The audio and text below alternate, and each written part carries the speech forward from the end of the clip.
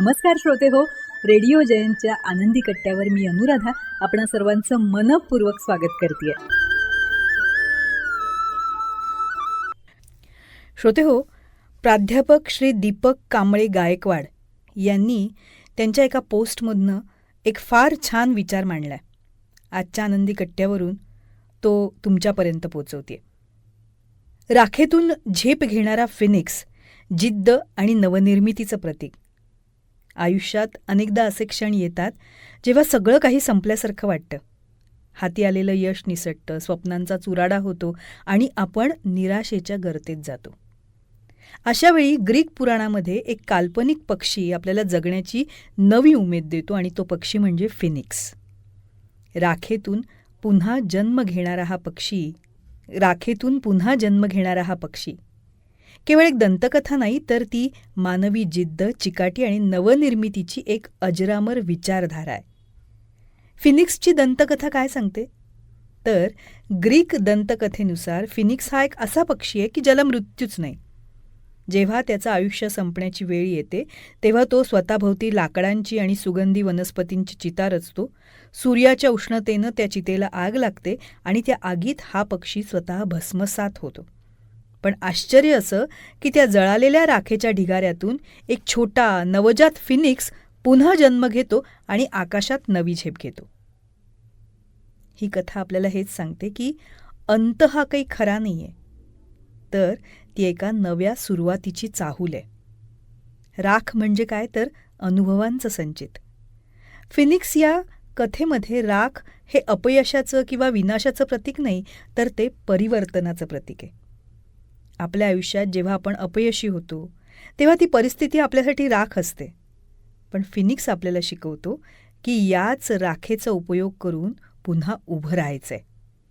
जुने विचार, जुन्या सवयी, भूतकाळातल्या कडवट आठवणी आणि अपयशाचं ओझं जोपर्यंत आपण जाळून टाकत नाही किंवा सोडून देत नाही ना, तोपर्यंत आपण नव्यानं उभं राहू शकत नाही.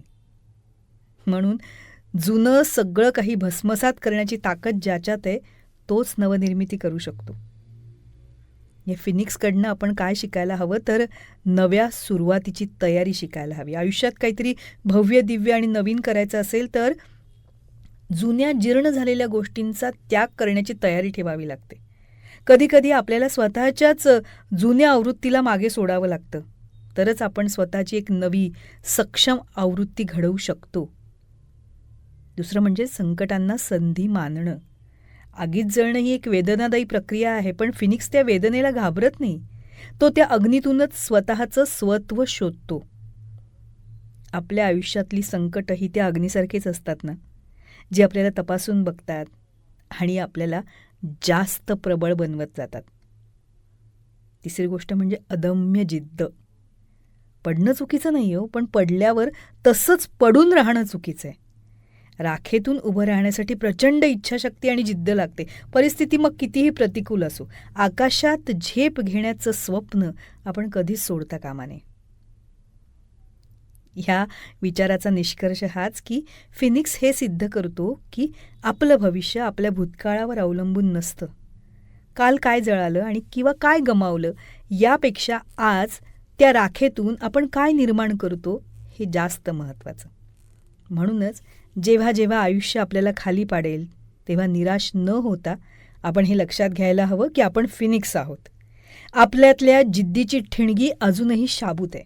स्वतःला सावरत अपयशाची राख झटकून पुन्हा एकदा आकाशात उंच भरारी घेण्यासाठी सज्ज व्हायला हवं.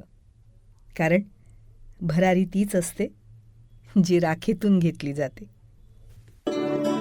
तेव्हा श्रोते हो, हा होता आनंदी कट्ट्यावरचा आजचा सुंदर विचार. तुम्हाला तो कसा वाटला याविषयीची तुमची कमेंट बॉक्समध्ये नक्की लिहा. आणि त्याचबरोबर रेडिओ जयंतचे दर्जेदार कार्यक्रम ऐकण्यासाठी रेडिओ जयंत लाईक करा, शेअर करा आणि सबस्क्राईब करा. रेडिओ जयंतचं सबस्क्रिप्शन फ्री आहे. आणि त्याचबरोबर नोटिफिकेशनसाठी बेल आयकॉनवर क्लिक करायला सुद्धा विसरू नका.